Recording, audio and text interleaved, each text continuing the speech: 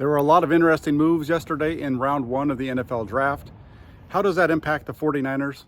Let's take a look at it. One of those big moves was the Philadelphia Eagles trading number 10 to get up to number 9 to take defensive tackle Jalen Carter out of Georgia.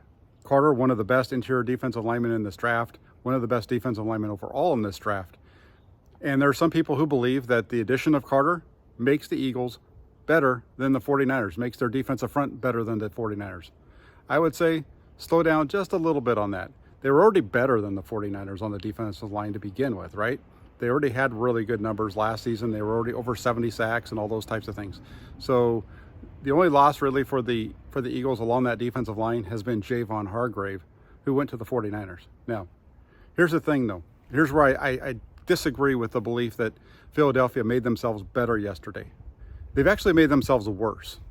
They've made themselves worse over this offseason along their defensive line because they've gone from Jayvon Hargrave, a guy who has 18.5 sacks over the last 2 years, to Jalen Carter, a defensive tackle coming in from Georgia who had 6 sacks over the last 2 years with the Bulldogs. And here's the thing. The Eagles are making the same mistake the 49ers made back in 2020.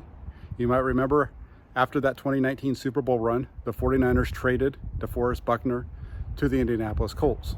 They then drafted Jayvon Kinlaw with their first pick in the draft, number 14. Hasn't worked out for the 49ers to this point, which is why they went out and made the move to bring in Jayvon Hargrave.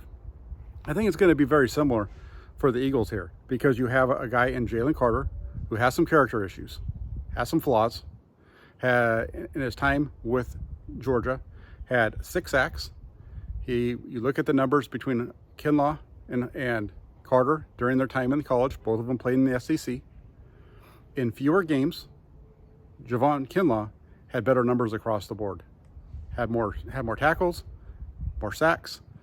The only thing where there's a little bit of a discrepancy there is when it comes to tackles for loss, and that favors Carter by a couple. So I look at this and I'm thinking the 49ers are right where they need to be. They're coming out of this with a much better improved defensive line as compared to the Eagles. Now the Eagles defensive line, remember, it was better to begin with, but it's gotten worse. The 49ers defensive line has gotten better. You still have Nick Bosa. He's going to be there. He's going to help you stack up numbers. You didn't have any sacks really from the interior last year because Eric Armstead was hurt for most of the year.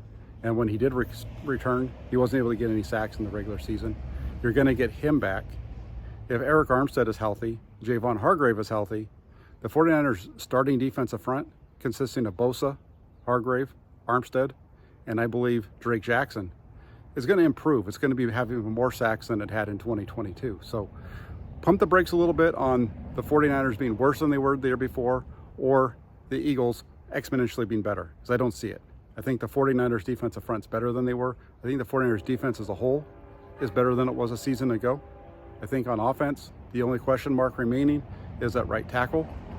The 49ers have a guy there right now and Colton McKivitz who can fill in for Mike McGlinchey.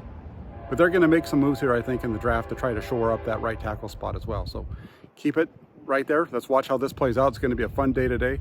I would expect the 49ers to go after a tight end, an offensive tackle, and a safety.